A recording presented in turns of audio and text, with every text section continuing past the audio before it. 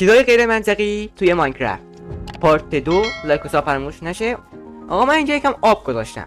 من اگر به این آبه لاوا اضافه کنم طبیعیه که سنگ شه.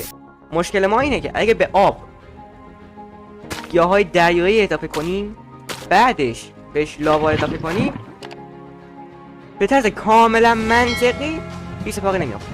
آقا منطق بعدی راجع به سگی. ما زمانی که میخوایم با یه سگ دوست بشیم که باهاش بازی ادامه بدیم بهش استخون میدیم، درسته؟ استخون میدیم. این قلاده از کجا اومد؟ من الان بهش فقط استخون دادم، قلاده از کجا اومد؟ کاملا منطقی. چیز غیر منطقی آخر، آقا من برای ساخت یه دونه کرافتینگ تیبل 4 تا چوب نیاز دارم، درسته؟ بله، فقط 4 تا چوب استفاده میشه. لوازم آهنی های روش چجوری به وجود اومدن؟ شکلی. این پارچه‌ای که روش شکلی وجود اومده. من که فقط چوب استفاده کردم. یه چیز منطقی هم تو کامنت بگو.